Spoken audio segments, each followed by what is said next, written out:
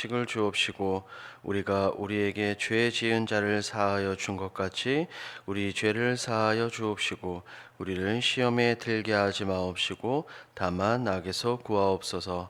대개의 나라와 권세와 영광이 아버지께 영원히 있사옵나이다. 아멘. 찬송가 435장 나의 영원하신 기업 함께 찬송합니다.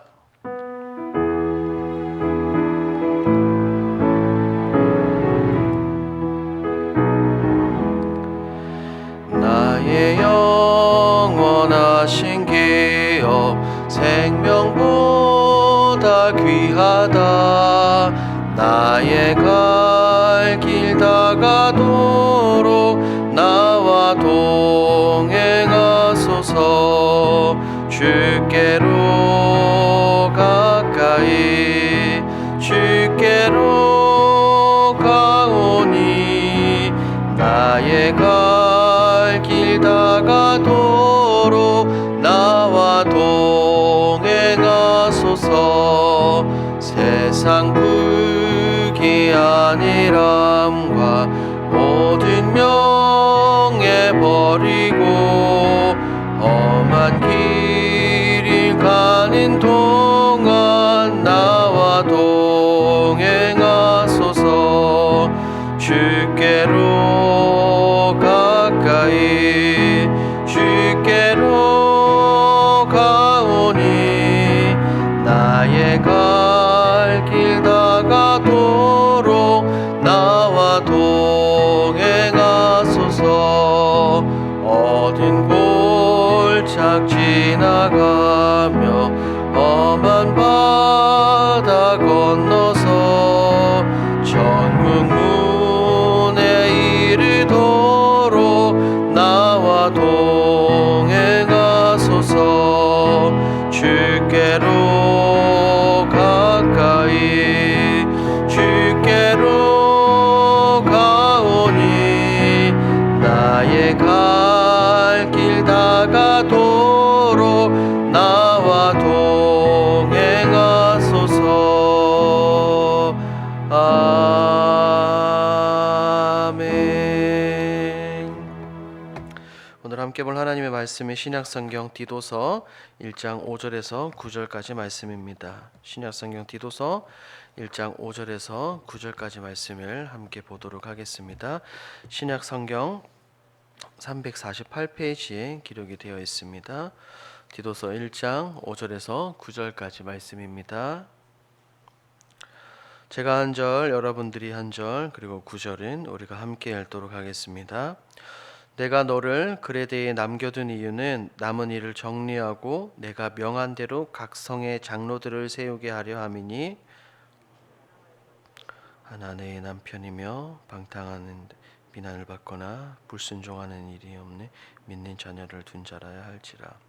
감독은 하나님의 청지기로서 책망할 것이 없고 제 고집대로 하지 아니하며 급히 분내지 아니하며 술을 즐기지 아니하며 구타하지 아니하며 더러운 이득을 탐하지 아니하며 오직 나그네를 대접하며 선행을 좋아하며 신중하며 의로우며 거룩하며 절제하며 믿은 말씀의 가르침을 그대로 지켜야 하리니 이는 능히 바른 교훈으로 권면하고 거슬러 말하는 자들을 책망하게 하려 함이라. 아멘. 오늘 디도서 1장 5절에서 9절까지 말씀을 가지고 믿음의 본이 됩시다 라는 제목으로 함께 말씀을 나누고자 합니다.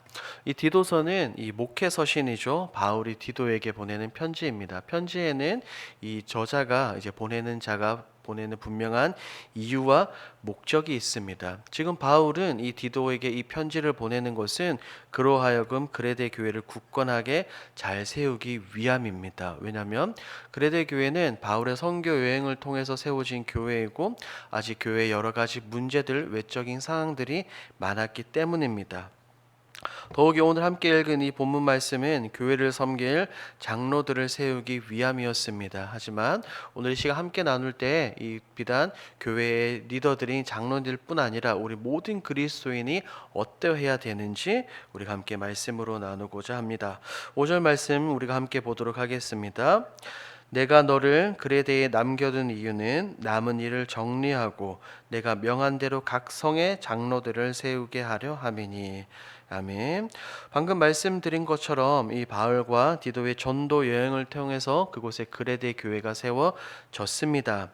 이제 막 세워진 설립된 교회이기 때문에 교회 리더들이 당연히 부족하죠. 그렇기 때문에 디도가 해야 될 것은 교회 내를 잘 섬길, 하나님을 잘 섬길 리더들을 세우는 것입니다. 왜 이렇게 하나님의 교회를 잘 세우는 것이 중요했을까요? 그것은 이 시대적 배경을 보면 우리가 잘 알 수 있습니다. 이 당시에 각종 이단들과 거짓 교사들이 굉장히 많았습니다. 각 가정으로 각 교회에 침투하여서 성도들을 교회들을 많이 미혹했기 때문입니다. 그렇기 때문에 이 사도행전 말씀을 보면 사도 바울이 선교 여행을 하면서 교회를 세우고 반드시 교회에 정직하고 충성스러운 일꾼들, 리더들, 장로들을 세우는 것을 볼 수가 있습니다. 6절 말씀도 우리가 함께 보도록 하겠습니다. 6절입니다. 책망할 것이 없고 한 아내의 남편이며 방탕하다는 비난을 받거나 불순종하는 일이 없는 믿는 자녀를 둔 자라 할지라. 아멘. 6절을 보면 이 교회의 리더들은 그 수준이 매우 높은 것을 우리가 알 수 있죠. 바울은 디모데에게 편지를 보내면서도 집사의 조건에 대해서 이야기하는데 오늘 디도서 본문과 거의 비슷한 내용을 똑같이 이야기하고 있습니다. 교회 내의 리더들은 어떻게 해야 됩니까? 내면적인 성품과 외형적인 생활이 굉장히 바르게 지내야 합니다. 도덕적으로 순결하고 윤리적으로 역시 흠이 없어야 한다는 것을 이야기합니다. 이것은 세상 사람들이 말하고 주장하는 그냥 완벽주의자가 아닙니다. 교회 내에서 하나님의 일을 맡아서 영혼을 세우는 일을 할 때 경건하고 모범적인 삶을 살아야 될 것을 우리에게 이야기를 합니다. 이것은 교회 내의 리더들뿐 아니라 모든 그리스도인들에게 동일하게 적용될 수 있는 말씀입니다. 왜냐하면 예수님께서 말씀하신 것처럼 우리는 세상의 소금과 빛이기 때문입니다. 그렇기 때문에 우리 모든 그리스도인들은 이 바울이 이야기하는 것처럼 경건하고 선을 행하며 모범이 되어야 됩니다. 7절 말씀도 우리가 함께 읽도록 하겠습니다. 7절입니다. 감독은 하나님의 청지기로서 책망할 것이 없고 제 고집대로 하지 아니하며 급히 분내지 아니하며 술을 즐기지 아니하며 구타하지 아니하며 더러운 이득을 탐하지 아니하며. 아멘.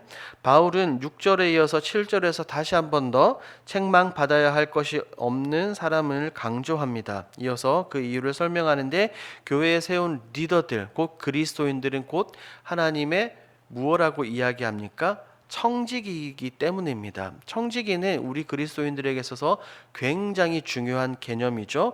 우리가 잘 알고 있듯이 주인으로부터 권한을 받아서 주인의 모든 것을 관리하며 주인의 재산을 지키는 사람입니다. 이 교회의 리더들과 교회의 성도들은 어떤 존재들입니까? 하나님이 세우고 하나님이 불러주신 그리스도인입니다. 천하보다 귀한 영혼들을 우리가 잘 살피며 주님의 몸된 교회를 잘 세워가야 합니다. 그렇기 때문에 우리가 바울이 이야기하고 있는 것처럼 하나님의 청지기로서 갖추어야 될 덕목들을 이야기하고 있죠. 보십시오. 제 고집대로 하지 아니하며, 우리가 거룩한 하나님의 교회를 맡아 감당하기 위해서 첫 번째로 행해야 될 것이 바로 이것입니다. 내 생각과 내 아집, 내 고집을 내려놓고 하나님 말씀을 따라서 우리가 교회를 세워가야 합니다. 자신의 생각과 지금까지 계속해서 이어져온 전통이 기준이 아니라 하나님의 말씀이 기준이 되어야 합니다. 그렇기 때문에 유대인들은 이 바울의 예수 그리스도에 관한 복음을 듣고 그들이 가장 먼저 반발을 했죠. 왜 그렇죠? 구약부터 내려온 이 율법을 바울이 건드렸기 때문입니다. 그리고 이어서 나옵니다. 급히 분내지 아니하며. 지도자들이 갖추어야 될 덕목 중 하나는 오래 참고 온유해야 됩니다. 다른 사람들이 부족하더라도 예수님처럼 사랑으로 감싸야 되죠. 술을 즐기지 아니하며 구타하지 아니하며. 우리가 꼭 기억해야 될 것이 있습니다. 술은 우리의 구원의 조건은 아닙니다. 하지만 적어도 우리 한국 땅에서 그리스도인으로서 덕을 세우기 위해서는 술을 반드시 금해야 됩니다. 우리나라 이 땅 가운데 복음이 처음 들어왔을 때 선교사님들이 이 우리 한국인들을 대상으로 가장 먼저 한 것이 무엇입니까? 금주와 금연입니다. 그것이 아직까지 이어져 오고 있습니다. 그만큼 덕스럽지 않다는 것입니다. 그리고 이어서 술을 마시게 되면 이성을 잃게 되어 때로는 폭력적으로 변할 수가 있죠.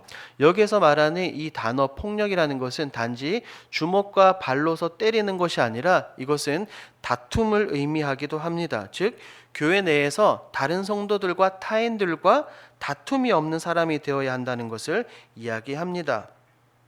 마지막으로 더러운 이득을 탐하지 아니하며라고 나와 있죠. 교회를 세우고 돌보는 일에 있어서 반드시 내 욕심, 자신의 이익을 추구해서는 안 됩니다. 내 욕심으로 이득으로 교회를 섬기는 것이 아니라 하나님의 사랑으로, 예수 그리스도의 사랑으로 사람을 사랑하고 돌보고 세워야 한다는 것입니다. 8절을 우리가 함께 읽도록 하겠습니다. 8절입니다. 오직 나그네를 대접하며 선행을 좋아하며 신중하며 의로우며 거룩하며 절제하며. 아멘. 8절에서 뜬금없이 바울은 나그네를 접대하라라고 이야기를 하고 있습니다. 왜 그럴까요? 이 당시에 나그네를 접대하는 문화는 굉장히 중요했습니다. 그래서 사복음서에서도 다른 성경 곳곳에서도 살펴볼 수가 있습니다. 우리가 이 같은 나그네를 영접하는 것이 옳다라고 이 바울뿐 아니라 다른 제자들 역시 이렇게 말하고 있습니다. 때로는 가난함 속에서도 타인을 도와주어야 합니다. 이러한 행동들을 하는 선행을 좋아해야 합니다. 그리고 계속해서 말하죠. 신중하며 의로우며 거룩하며 절제하며. 이런 항목들은 이 교회의 리더들인 그리고 또한 우리 모든 그리스도인들이 반드시 갖추어야 할 덕목입니다. 신중하다는 것은 무엇입니까? 분별을 의미합니다. 무엇이 옳고 그른지를 생각하고 판단하는 것입니다. 그런데 무엇이 옳고 그른지를 내 생각과 내 기준이 아닌 하나님의 말씀으로서 이것을 분별해야 되는 것을 의미합니다. 그리고 의로움과 거룩함이 있는 자는 당연히 타인으로부터 정죄받지 않습니다. 책망받지 않죠. 그리고 바울이 말하는 성령의 열매 중 가장 마지막 열매인 절제가 있습니다. 절제는 스스로를 다스리고 스스로를 통제하는 것을 의미합니다. 스스로를 다스리지 못하는 사람은 교회를 세울 수 없으며 다른 성도들을 세울 수 없기 때문에 바울은 분명하게 이렇게 이야기하고 있습니다. 마지막으로 9절 말씀도 우리가 함께 읽도록 하겠습니다. 9절입니다. 믿은 말씀의 가르침을 그대로 지켜야 하리니 이는 능히 바른 교훈으로 권면하고 거슬러 말하는 자들을 책망하게 하려 함이라. 아멘. 이 9절에서 바울은 더욱이 중요한 이야기를 하고 있습니다. 여기서 말하는 믿은 말씀의 가르침을 그대로 지켜야 하리니, 이 문장은 사도들이 전한 예수 그리스도에 관한 복음, 사도들이 이야기한 가르침을 굳게 잡으라라는 의미입니다.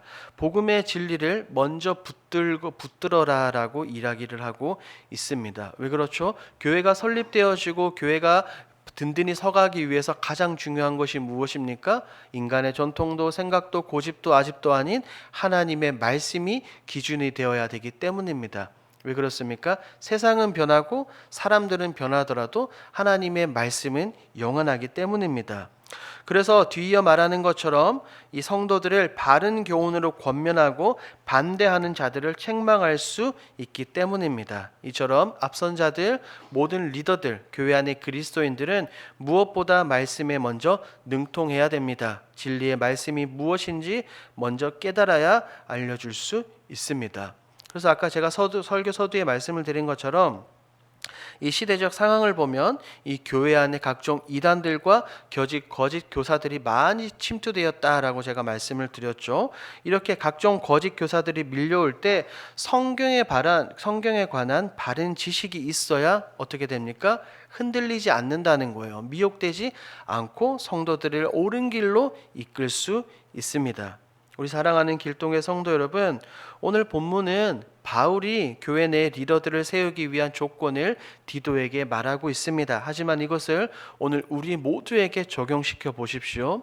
아까 우리가 5절에서 9절까지 살펴본 것처럼 이 모든 항목들은 이 장로님들만 혹은 또 말씀 맡은 자들에게만 적용이 돼야 될 것이 아니라 우리 모든 그리스도인들에게 다 적용할 수 있습니다. 그리스도인으로서 우리는 먼저 어떠해야 됩니까?